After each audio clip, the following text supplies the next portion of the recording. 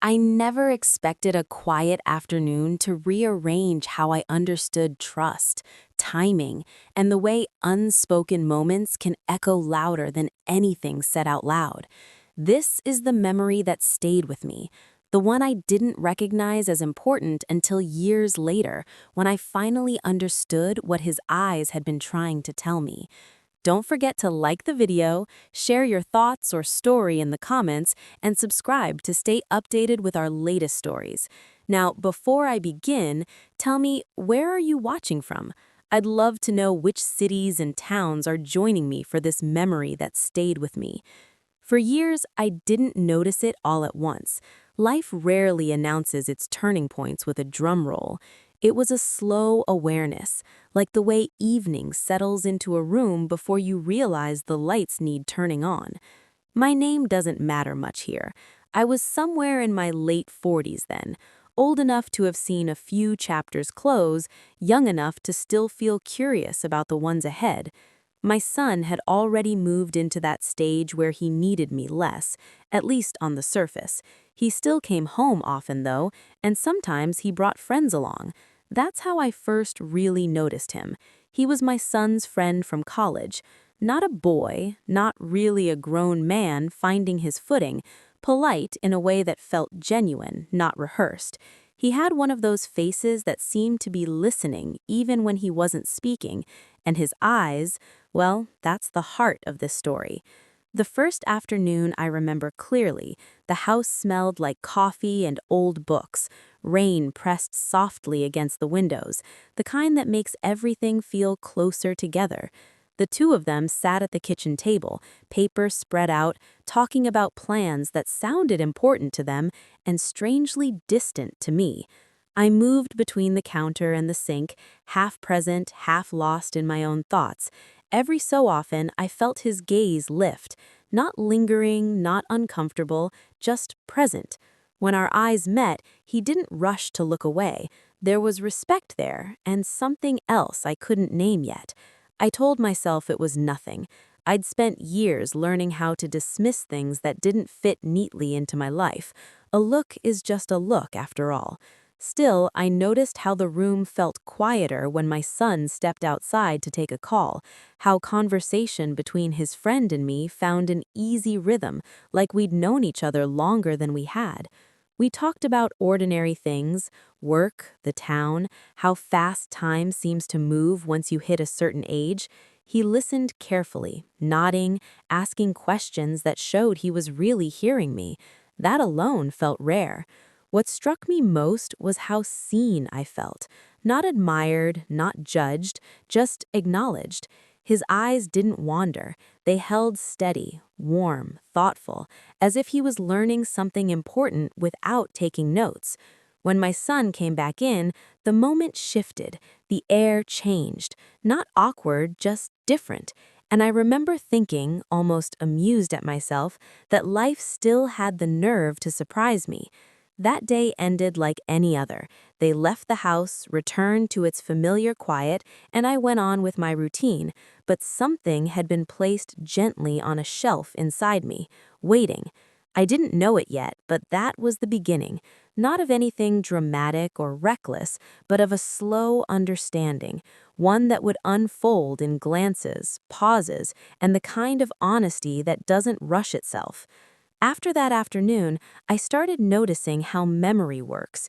It doesn't knock, it just shows up while you're folding laundry or waiting at a red light. I caught myself thinking about that rain, about the quiet way he listened, and I felt a little foolish for giving it space in my mind. Weeks passed before I saw him again. My son mentioned he was stopping by to pick up a jacket he'd left behind, and he asked if his friend could come along. I said yes without thinking, then spent the next hour straightening a house that was already clean. This time it was evening. The sun sat low, spilling amber light across the living room. We stood instead of sitting, the three of us, talking near the doorway. He looked different, somehow more at ease, like someone settling into himself. When my son went upstairs to search for the jacket, the pause that followed felt longer than it was. We talked about the drive, about how traffic had changed over the years. Small talk, safe ground. Yet there was a current underneath it, a sense that we both remembered that earlier afternoon and were quietly acknowledging it without saying so. His eyes did that thing again. Not bold, not demanding, just open, curious. I realized then that what I felt wasn't excitement so much as recognition, the kind you feel when someone meets you where you are, not where you're supposed to be. I surprised myself by speaking more honestly than I usually did. I told him how strange it felt, adjusting to a quieter house, how motherhood changes shape but never really ends. He didn't offer advice, he didn't rush to fill the space, he just let my words land. When my son came back down, the moment closed neatly, like a book placed back on a shelf, but the warmth of it stayed. After they left, I sat on the couch longer than usual, lights off, listening to the hum of the house. I wasn't crossing lines in my mind, I was examining them, understanding where they were and why they mattered. What unsettled me wasn't his presence, it was the realization that parts of me I thought were finished were simply resting. That connection doesn't always arrive with fireworks. Sometimes it arrives quietly, asks to be noticed, and waits patiently for you to decide what it means. And his eyes, steady and kind, had already told me this wasn't about impulse, it was about awareness. By the time modern settled in, I had stopped pretending this was a passing thought, not because anything had happened, but because something had changed in how I paid attention. I listened more closely to myself. I noticed pauses. I respected them. He came around more often, always with my son, always in plain sight of ordinary life. Sometimes it was a quick stop, sometimes a longer visit that stretched into dinner. I learned the rhythm of his presence. He never pushed it, never stayed when it would have felt intrusive. That restraint mattered more than he could have known. One evening stands out. The leaves had started turning and the air carried that crispness that wakes you up a little. My son had stepped out to meet someone down the street, leaving his friend and me in the kitchen again. It seemed to be our setting, that room where everything honest happened. We washed dishes side by side, the warm water fogging the window. Our conversation drifted to memory, to how certain moments stay sharper than others. He told me about his grandmother, the way she used to sit quietly and watch the room, as if gathering stories without interrupting them. I smiled because I recognized that kind of attention. When I looked at him, then really looked, I saw something clear in his eyes. Not longing, not confusion, understanding.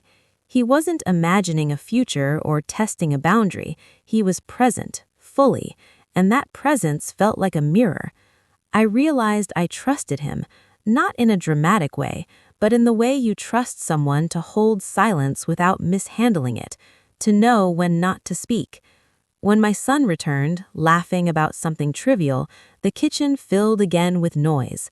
Life continued, and yet something between his friend and me had quietly settled into place, a shared awareness, respectful and contained.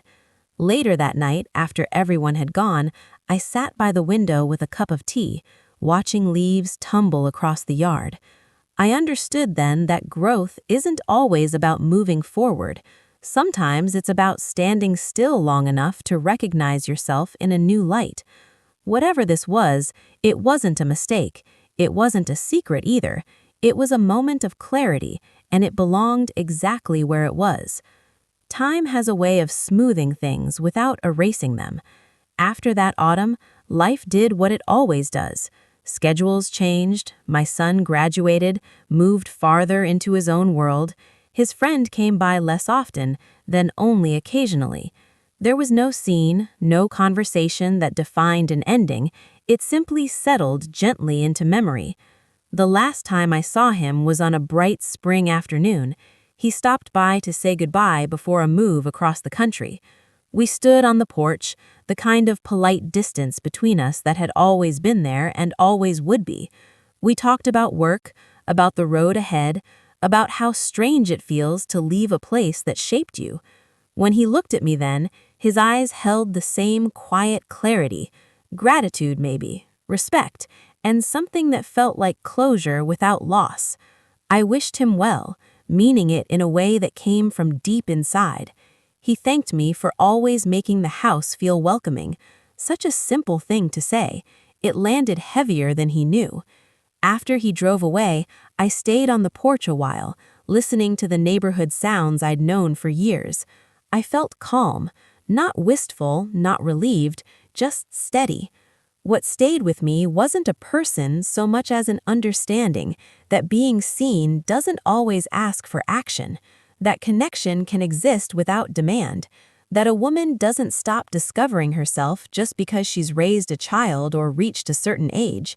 His eyes had told me something long before his words ever could.